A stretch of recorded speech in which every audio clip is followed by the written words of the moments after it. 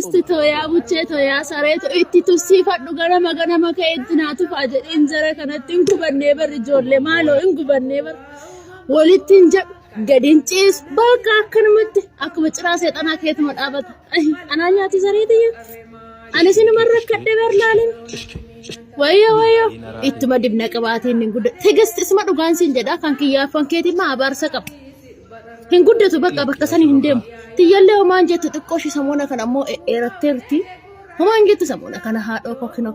as nageesseerti tiyya kinoo laala as geessee jirti ayyoo haadhoo koo yaa tigisti koo dhiisi kabaran nu godhee maal goona jetteeti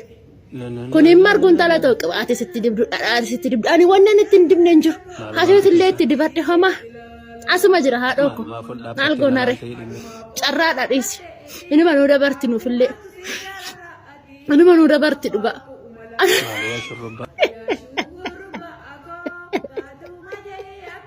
hai tigis ani bar ka tigisti jaalaa kan saadamtu nagarrabe bar saadababbaa isa itti de'ee shiroo itti de'ee qimamii itti de'ee barbaree itti de'ee mimmi'eessuu jakanaadha kana alalanyinyi jedha barani jala kan tigisti caalaana kan nagarrame kan saadame dhugaa ay saadam nu hin rakkanne haadhoo koo nu hin rakkanne bara asaree koo ayyo itti naatu faajoo itti nuutu faame tootu itti nu jedha budaadhaa barbaayisoo namni asirra jiru kun itti nuutu faa waan fedhes haa ta'u nuunu taati abshiir tigisitoo abshiir haadhoo koo jabaadhu jawweef na soorani garuu hin taane malee duraan dursee isa du'ee du'a na oolcheef waaqayyoof galanni guddaan haa ta'u maqaan koo araarsee angaasaan jedhama kan itti dhaladhee guddadhee oromiyaa keessatti yoo ta'u amma biyya saawud arabiyaa keessan jira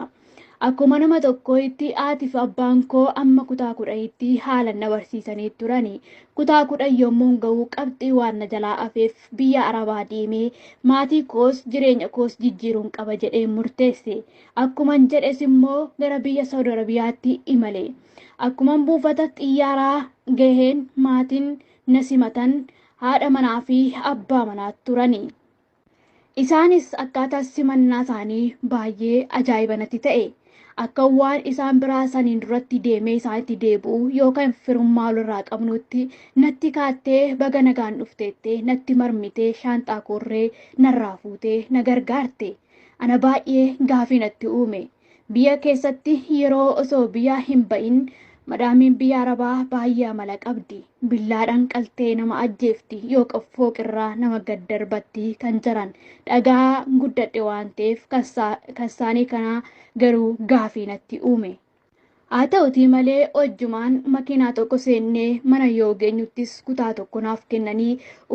uffata kootis naaf jijjiiranii kanaan booda manni kun kan keeti yoo barbaadde waan barbaadde filadhuu nyaadhu yeroo barbaaddetti hojjedhu yeroo barbaadettis boqadhu naan jedhani ajab jedheen na ajaa'ibsiise guyyaa san dadhabee waan jiruufi nan rafe bariinanis akka namoonni kun kootu kana godhii san godhi jedhanii hojii mana keessaa itti agarsiisan isheen natti hin dubbanne ofuma kootii hamman beeku hamman danda'u hojjechaan kan itti fufe yeroo kanatti manaan OKF kilaasii jiran keessaa kilaasiin tokko garuu akka ani seenne naaf hin eeyyamamne mana hundumaa dhiqee mana hundumaa keessa deemee waan sisirreessu hundumaa nana sisirreessa garuu kilaasiin tokko cufaadha qulfii isaa na fuuldura jira haa ta'uti malee abbaan mana sanii kilaasii kana bantee akka hin seenne jedhee akeekkachiisa cimaa natti laate anis tolee jedheetan shakkurree sodaadhurree fudhadheetuman jiraadhe haa ta'uti malee halkan hirriba kootiin jireenya hin qabu yoon ciisee akka bofti dhufee yookaan jawween dhufee na liqibsuun natti fakkaata baannanee yoon hirriba koo keessaa ka'ee humtuu na bira hin jiru yookaaniif immoo namni billaa qabatee na qaluudhaaf waan irra dhaabbatu natti fakkaata ammas baannanee yoon hirriba koo keessaa ka'u humtuu hin jiru guyyaa immoo isaan hojii yoo deemanitti ani kophaa koo mana keessa yoon oolutti akkuma namni qodaa waliin dhaanutti qodaa waliin dhaana silaa jarroo mana hin jiranii maaltu mana keessa jira jedhee yoon sakatta'uudhaa deeme humtuu hin jiru yeroo mana keessa deddeemutti akka waan namni na duukaa fiiguun natti fakkaata yoon of duuba garagalee ilaale garuu humtuu hin jiru akkasumattan birrachaa oolee birrachaa bula. Jireenya yaaddoo kana keessan jira. Haa ta'utii malee dafqa koo kanan hojjechaa jiru ji'a hanga ji'aatti naaf hin laatanii. Maaloo maatiin koo harka qalleedha waan ta'eef maatiin koo gargaaraa damoosa koo naaf kenni yoon jedheeni suuteettee ergitaaf jedhanii amalaan na qabu. Otuman akkasitti jiru guyyaa gaaf tokko maskootii banee osoon urba keessa ilaalaa jiru mucayyoon afaan Oromoo beektu tokko fooqii biraatirraa harka natti farsitee na dubbisuu eegalte.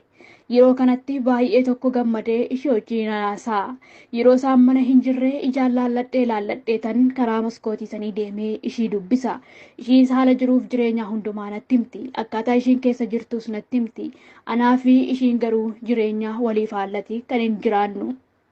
Haa ta'utii malee mucayyoon kuni maatiin ati bira jirtu kuni yeroo hundumaa ijoolleen Itoophiyaas ta'ee kan biyya biraatis yoo dhufanii du'aan mana san keessaa ba'u. Ati akkamitti jiraattee naan jettee na gaafatti. Kun maal jechuu akka ta'es gaafii natti ta'e baay'ee sodaa natti nam'e. Erga ishiin akkas naan jettee kaatee baay'ee sodaachuu fi birrachuun eegale. Ammas mucayyoo kanaan akkamitti beektaa jedhee yommuun gaafadhu yeroo hundumaa ijoollee biyya keenyas taate kan biyya biraatis yoo fidan ji'a 5 ji'a 6 hin guutanii poolisoonni dhufaniitiyyuu reeffa isaanii baasu. Adaraa kee of eeggadhu naan jette. Anis waan godhu hin qabu waan ta'eef akka amantii keetti waaqayyoon naaf kadhadhu jedheeni. Akkuma carraa kan taate immoo isheenis nama waaqayyoon qabdu anis nama waaqayyoon qabudha. Mucayyoon kunis garee karaa waasaappii qabna waan ta'eef ittimee waliisiif kadhannaa atis kadhadhu jabaadhu naan jette. Ani garuu erga mana isaanii keessa dhufee duratti karan kadhadhu osoo hin kadhatin rafa. Osoo hin kadhatin ka'a dadhabbii guddaa natti naqe waan ta'eef nan dagadhe. Osoo akkasumatti jirru mucaan kun guyyaa sadaffaatti deebitee jawween mana san keessa jira waan ta'eef